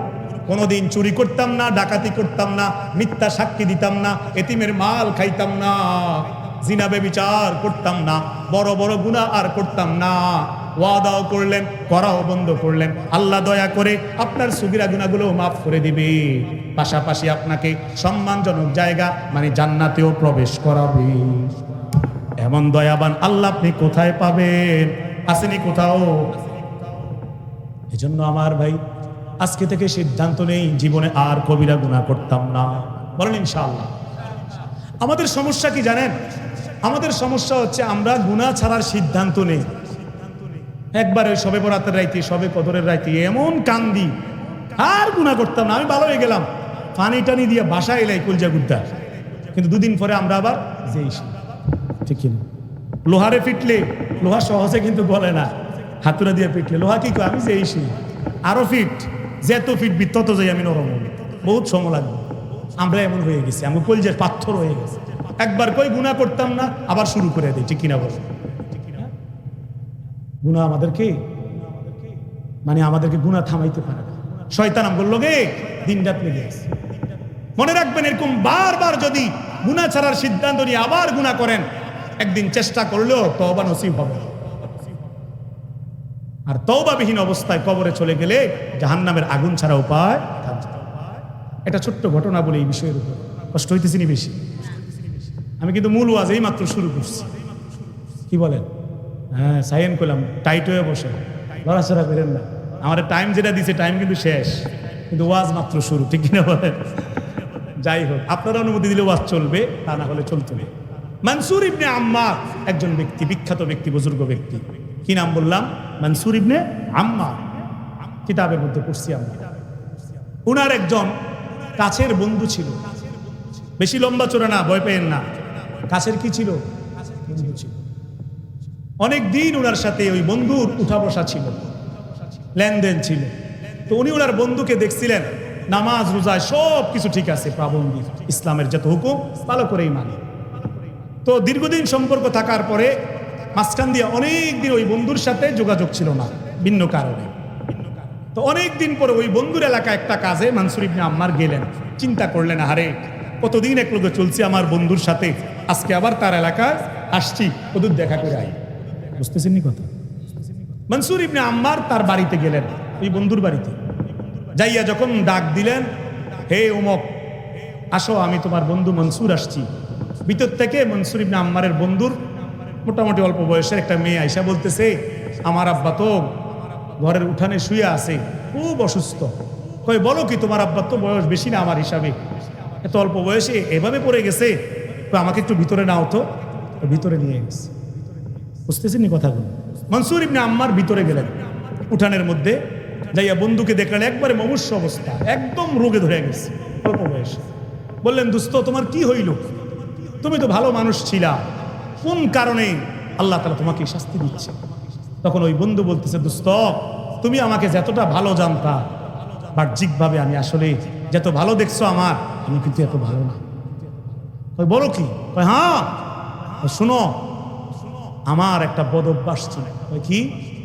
আমি যদিও নামাজ রোজা সবই ঠিক ছিল, আমার কয়েকটা গোপন দুষ্ট বন্ধু ছিল, কয়েকটা খারাপ বন্ধু ছিল।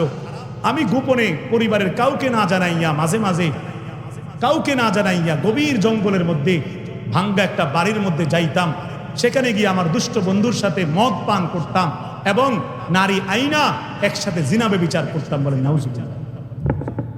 আমার এই পাপটা, আমার একটা বদভ্যাস, আমার অন্য আমল ঠিক ছিল, আমি এই পাপটা কয়েকবার ছাড়ছি, আবার কয়েকবার ধরছি। আমি যখন বারবার এই পাপ করতেছিলাম, আল্লাহ তাআলা আমাকে হঠাৎ করে একবার খুব অসুস্থ বানায় দিছে। এমন অসুস্থ হয়েছি, আমি বুঝে ফেলছি আল্লাহ এটা আমাকে গজব দিছে, বিপদ দিছে। একদিন আমি রাতের বেলা আমার পরিবারকে বলছি, হে পরিবার আমার, আমাকে বাড়ির উঠানে নিয়ে আসো রাতের বেলা, চাঁদের রাতে আমাকে বিছনার মধ্যে শোয়ায় দাও, বিছনা করে উঠানে শোয়ায় দাও। শোয়ায় দেওয়া হয়েছে। আমি আল্লাহকে ম্যানেজ করার জন্য, আল্লাহর থেকে মাফ নেওয়ার জন্য আমি কি করছি, আমার পরিবারকে বলছি একটা কোরআন শরীফ আইনা দাও। তারা কোরআন শরীফ আইনা দিছে। আমি উঠানের মাঝখানে বইসা কোরআন শরীফটা পইরা পইরা চোখের পানি ছাইরা ছাইরা খুব কান্না কইরা তওবা করছিলাম, খুব অনুনয় বিনয় করে মাফ চাইছি। বলছি আল্লাহ, আমি আর এই গুনাহগুলো ভালো করে দেন। আল্লাহ তাআলা দয়া করে কয়েকদিনের ভিতরে রূপ ভালো করে দিছিল। কিন্তু সুবহানাল্লাহ বল। কিন্তু আমার নফস এতটা দুষ্ট, এতটা খারাপ, 1 বছর না যাইতে আমার নফস আমাকে শেষ করে দিছে। শয়তান আবার ধরছে, আমি আবারও সেই হারাম কাজে লিপ্ত হচ্ছি। এই দ্বিতীয়বার আবারও আমি যখন অসুস্থতার মধ্যে পড়ছি, আল্লাহ গজব দিছে, আবারও একই সিস্টেমে আল্লাহর কাছ থেকে ছাড় পাইছি। এই যেটা একটু আগে ওই তৃতীয়বার আবার 1 বছর পর একটু ভালো ছিলাম, আবার এই গুনাহ শুরু করছি। এবার আল্লাহ এখন যে দেখতেছ বিস্তায় ফালাইছে, কিন্তু আমি যতই চেষ্টা করি, এবার কোরআন শরীফ খুললে তুমি আমার সামনে আয়না দেখো, আমি কোরআন শরীফের একটা অক্ষর চোখ দিয়ে দেখি না, বলেন নাউজুবিল্লাহ। আমি দোয়া করলে আমি যা বলতে চাই সেটা মুখ দিয়ে বাইর হয় না, উল্টা বাইর হয়, বলেন নাউজুবিল্লাহ। মনসুর ইবনে আম্মার বলেন, আরে কি অবস্থা আমার বন্ধু, আল্লাহ তোমারে মাফ করুক বইলা চলে গেলেন। যাওয়ার পর কিছুদিন পরে শুনলেন বন্ধু এই তওবাবিহীন অবস্থাতেই ইন্তেকাল করে কবরে গেছে। আল্লাহ মাফ না করলে এই বন্ধুর হালাত জাহান্নাম ছাড়া কিছু না। এজন্য আমার ভাইয়েরা, বারবার যে সবে বরাত সবে কদরে তওবা করেন, আবার গুনাহ শুরু করে দেন। যদি এই তওবাবিহীন অবস্থায়, এই গুনাহরত অবস্থায় হঠাৎ এই যে মৃত্যু হইতেছে চারদিকে, আপনার মরণ হয়ে যায়, তো আপনার পরিণতি কি হবে আপনি আমি সবাই একটু ভাবি। কি বল? আর যদি পরিপূর্ণ খালেস তওবা করতে পারেন, রাসূল বলছে যে হাদিসটা আমি পড়ছিলাম, আত্তাইবু মিনাজ যামবি কামাল্লা যামবালা। তওবাকারী ব্যক্তি তওবা করলে এমন হয়ে যায় যেন তার কোনো গুনাহই ছিল না, নিষ্পাপ হয়ে যায়, বলেন সুবহানাল্লাহ। এমন তওবা করা দরকার। আর এমন তওবা করলে কি হবে, আপনি ক্ষমারও আশা করতে পারেন এবং নিয়ামতে ভরা দুধ মধুর ঝর্ণাওয়ালা জান্নাতেরও আশা করতে পারেন। এটা আল্লাহ কোরআনে বলছেন। আপনি সূরা তাহরীম ওই যে 28 পারার শেষ পৃষ্ঠায়, 19 নম্বর পৃষ্ঠায় সূরা তাহরীম শুরু হয়েছে, শেষ পৃষ্ঠার মধ্যে আয়াত আছে, প্রসিদ্ধ আয়াত, উলামায়ে কেরাম জানে। আল্লাহ তাআলা বলছে, ইয়া আইয়ুহাল্লাযীনা আমানু তুবু ইলাল্লাহি তাওবাতান নাসুহা। হে ঈমানদারগণ, তোমরা তওবা করো, ফিরে আসো, গুনাহ ছাড়ো, চোখের পানি ঝরাও। তবে তওবাটা কোনো রকম কইরো না, মানে হে আল্লাহ শুক্রবারে মসজিদে যাইয়া আর গুনাহ করতাম না, আল্লাহ গুনাহটি মাফ করে দিয়েন। এবারে মসজিদ থেকে আইয়া ঘরে আইয়াই এত বড় রঙিন টেলিভিশনের রিমোট কন্ট্রোল হাতে লইয়া প্রথমে কদুর খবর চায়, আস্তে শয়তান মুসলা দিলে, আস্তে কদুর নাটক চায়, আস্তে শয়তান লড়া দিলে, এবার সিনেমা চায়, এবার রাত গভীর হইলে ল্যাংটা সিনেমা চাওয়া শুরু করে। ঠিক কিনা বলেন? এটা নি তো হবা, এটা তো বাটফারি না। আল্লাহ আল্লাহ আমাদের সিটিংবাজি বোঝে না। আল্লাহ এত বেকুব নাকি আপনার মতো? কথা বলেন না কেন? বান্দার 24 ঘন্টার আমল আল্লাহ দেখে কি দেখেন? তিনি ঘুমায় কখন, জিমায় কখন? কি মিয়া সারাক্ষণ বান্দার দিকে তাকিয়ে আছেন কিনা? আমলগুলো রেকর্ড করাইতেছে কিনা?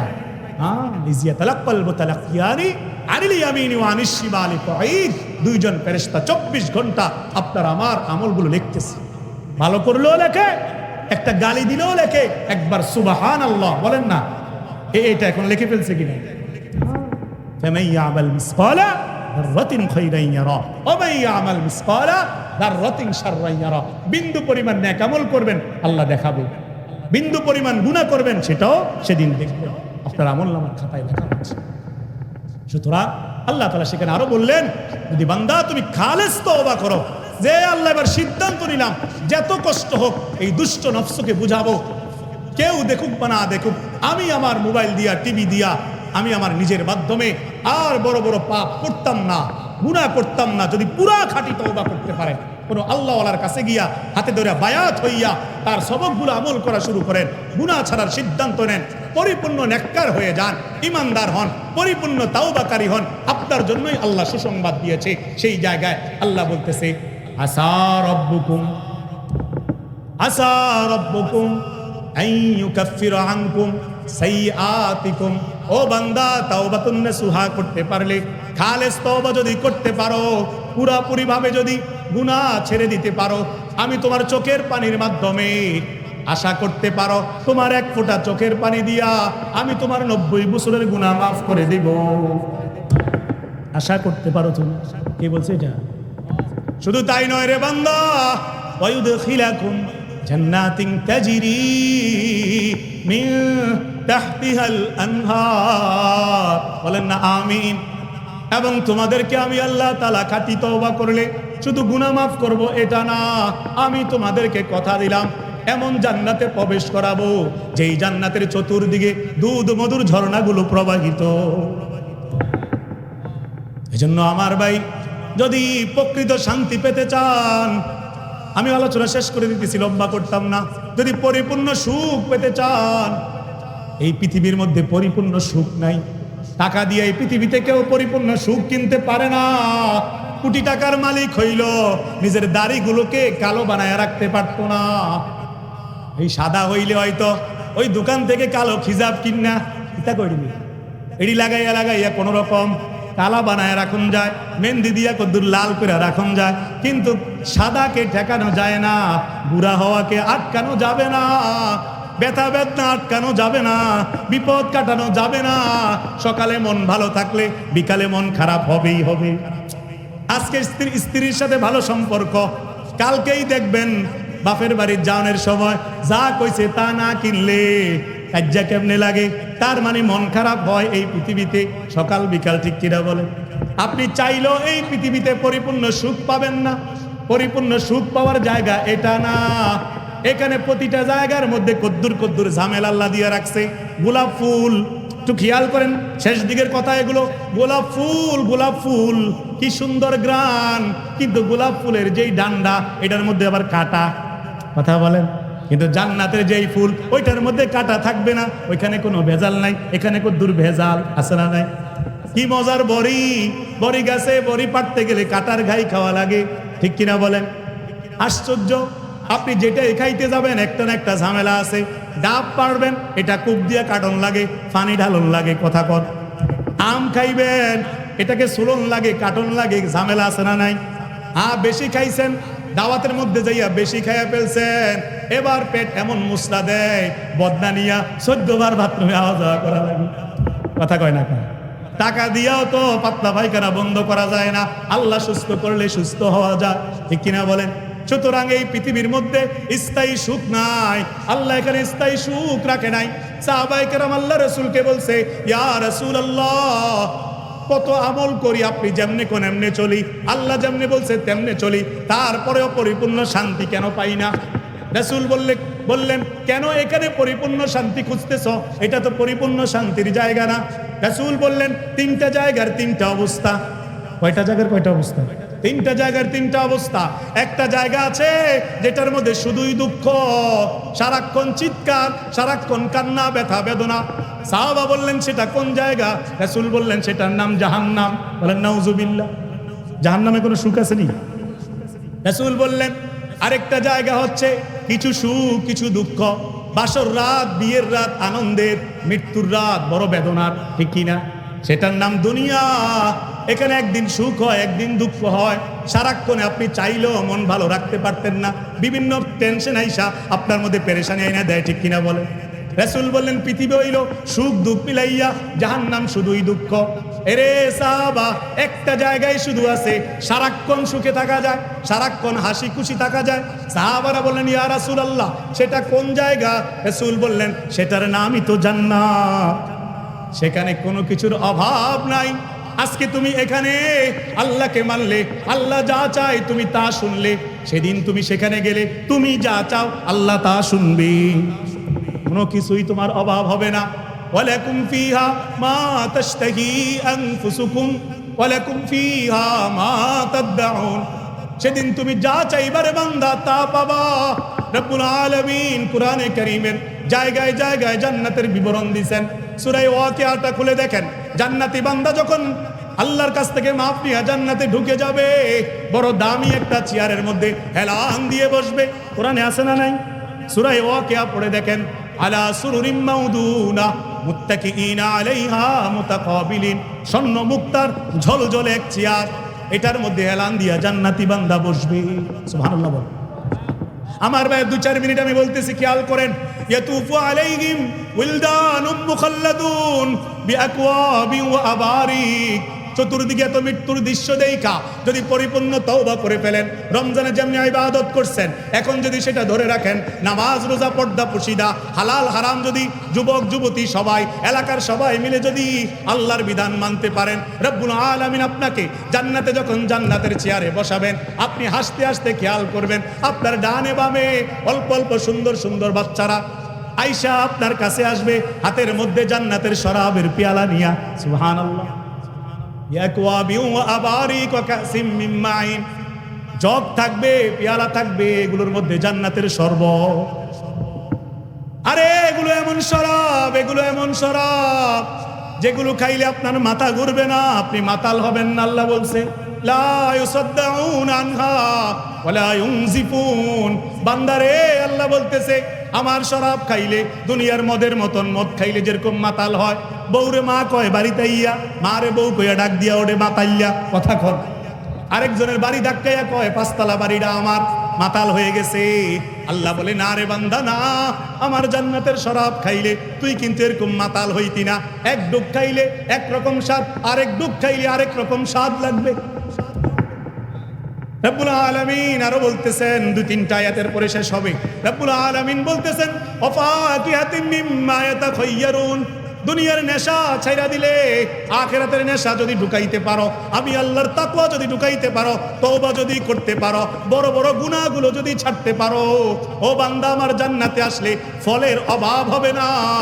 আজকে তো টাকার জন্য একসাথে 10 কেজি ফল কিনতে পারো না, শ্বশুর বাড়ির যাইতে লজ্জা লাগে, অল্প কদ্দুর ফল নিয়ে যাও। বাচ্চা অসুস্থ হইলে বেশি করে মালটা কিনা খাওয়াইতে পারো না, লেবুর রস চিপ্পা পানি খাওয়াও শরবত খাওয়াও টাকা নাই। সমস্যা নাই রে বান্দা, তোর হালাল ইনকাম আমি জানি, তুই কষ্ট করতেছ আমি জানি। কষ্ট কইরা 50-60 বছর পার করে ফেল, আমার জান্নাতে আসবি, দেখবি ফলের বাগান, আঙ্গুরের বাগান, হাদাইকা ওয়া আনাবা, কত খাবি অভাব না। ফল গাছগুলোর আগা থাকবে নিচের দিকে, গোড়া থাকবে উপরের দিকে। গাছের মধ্যে উইঠা তোকে ফল পাড়তে হবে না, এমনি ধরলেই খাইতে পারবি।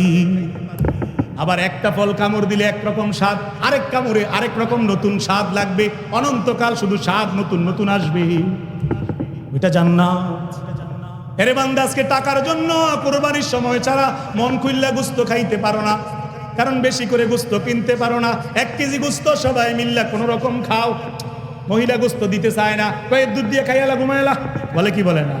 আল্লাহ বলে সমস্যা নাই রে বান্দা, দুনিয়া একটু কষ্টের জায়গা, আর দুনিয়া সিজনুল মুমিন, দুনিয়া মুমিনের জন্য কয়েদখানা, জান্নাতুল কাফির, কাফিরের জন্য বেহেশতখানা। বান্দারে তুই মন খারাপ করিস না, গোস্ত কম খাইতেছ সমস্যা নাই, আমার জান্নাতে যখন ঈমান আমল নিয়া আসতে পারবি, ওয়ালাহমি তায়রিম মিম্মা ইয়াশতাহুন, গোশতের অভাব হবে না। পাখির বুনা গোশত, হাজার রকমের মজার মজার গোশত তোর সামনে জান্নাতের প্লেটে প্রতিদিন দেওয়া হবে। তুই বান্দারে তো আমি প্রথম দিন মাছের বুনা কলজা দিয়ে তোরে আপ্যায়ন করব।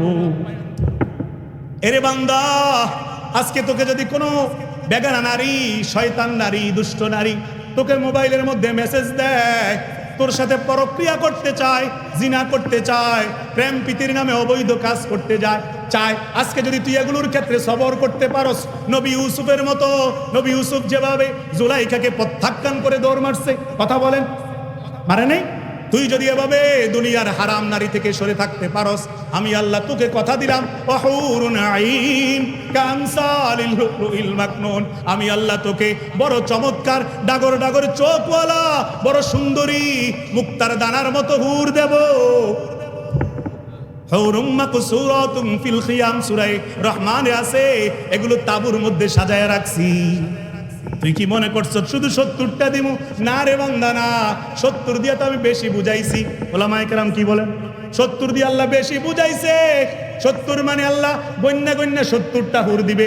বিষয়টা এমন না, যার আমল যেরকম ঠিক তেমন ভাবে আল্লাহ হিসাব কইরা অগণিত অসংখ্য হুর আপনাকে দিবে।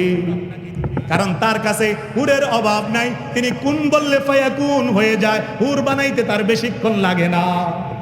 সুতরাং আজকে আমল করেন জমিনে, সেদিন ফল খাইবেন জান্নাতে, বলেন ইনশাআল্লাহ।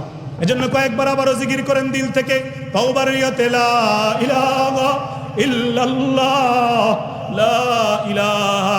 জবানকে জিকির দ্বারা বিজয় ফেলেন। এখন থেকে জিকির করতে করতে ঘুমাইবেন। কয়েকবার জিকির করেন, এরপরেই দোয়া হবে লা ইলাহা ইল্লাল্লাহ। সবাই মুখ খোলেন, লা ইলাহা ইল্লাল্লাহ, লা ইলাহা ইল্লাল্লাহ, লা ইলাহা ইল্লাল্লাহ, লা ইলাহা ইল্লাল্লাহু মুহাম্মাদুর রাসূলুল্লাহ। পড়েন সাল্লাল্লাহু আলাইহি ওয়াসাল্লাম। বেশি কষ্ট হয়ে গেছে, বলেন আলহামদুলিল্লাহ। আল্লাহ আমাদেরকে কবুল করুন। বললে তওবা সম্পর্কে আরো হাজার ইতিহাস, হাজার কথা বলা যাবে, কিন্তু শুনলেই তো হবে না, মানার দরকার। জানাচ্ছেও মানার দরকার, আমল শুরু করে দেওয়া দরকার। আল্লাহ বলছে আলাম ইয়ানিল্লাযীনা আমানু আন তাখশা কুলুবুহুম লিযিকরিল্লাহ ওয়া মা নাযালা মিনাল হক। হে মুমিন বান্দা, আর কয়দিন বাটপারি করবি? দেখোস না চতুর্দিকে মরণের দৃশ্য, লাশের প্যাকেট যে বাইর করতেছে, দেখোস না সাদা পেঁচায় ফেলতেছে সাদা প্যাকেটে। হে মুমিন বান্দা, সব তো জানো সত্য মিথ্যা, হক তোর কাছে আসছে, এরপরেও তুই কোন দিন শুধরাবি? তোর হৃদয়টা আমি আল্লাহর ভয়ে কোন দিন কেঁপে উঠবে?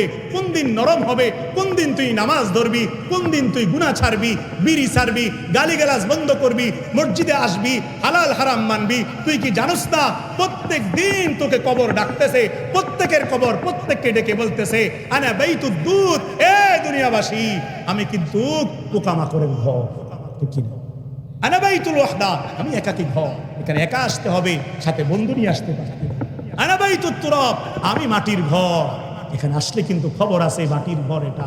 যদি এই মাটির ঘরকে তুই জান্নাতের ঘর বানাইতে চাস, গুনাহ ছেড়ে দে, তওবা করে ফেল, আমল করে ফেল, তাইলেই দেখবি কবর ফুলের বাগান হবে। আফতাহু লাহু বাবান ইলাল জান্নাহ, জান্নাতের দরজা তোর কবরে খুলে দেওয়া হবে। কবর তোকে এভাবে চাপ দিবে না, কবর উল্টা প্রশস্ত হবে, সুন্দর একটা জায়গা হয়ে যাবে। কেন মিলা আরুস, নতুন জামাইয়ের মতো এক ঘুম দিবি, ঘুম থেকে যখন জাগ্রত হবি দেখবি কিয়ামতের মাঠ। এরপরে দেখবি তুই ডান পাশে দাঁড়াবি, আসহাবুল মাইমানাতি মা আসহাবুল মাইমানা, নবীদের সাথে সিদ্দিকদের সাথে তুই দাঁড়াইবি। হিসাবান ইয়াসীরা, শর্টকাট হিসাব হবে, সোজা তুই জান্নাতে চলে যাবি। আল্লাহ যদি আমাদেরকে বুঝাইতো, আল্লাহ যদি আমাদের যুবকদেরকে বুঝ দিত, কত ভালো হইতো। ঠিক কিনা বলে? আমাদের মা বোনরা যদি বুঝতো, আমাদের মা বোনরা যদি পর্দায় চলতো, পরক্রিয়া না করতো, গালিগালাজ না করতো, সংসারের মধ্যে কাজ্জা কেরাঙ্গাল না করতো, বউ শাশুড়ি ঝগড়া না করতো, ননদ বউ ঝগড়া না করতো, স্বামীকে গালিগালাজ না করতো, ঘরের মধ্যে অশান্তি তৈরি না করতো, চুপ থাইকা রান্না বান্না কইরা ফাঁকে ফাঁকে যদি কোরআন তেলাওয়াত করতো, জিকির করতো, জবান যদি জিকির দিয়া ভিজায় রাখতো, রান্নার সময় নাড়তে নাড়তে যদি সুবহানাল্লাহ মনে মনে পড়তো, ঘরগুলো দুনিয়াতেই জান্নাতের বাগান হয়ে যাইত। কে বুঝবে? শুধু দুই মহিলা এক লগে হইলে শুধু খালি এতের বদনামি হেতে, স্বামী বেচারা রাতকে ঘরে আইয়া বিচার করতে করতে যান।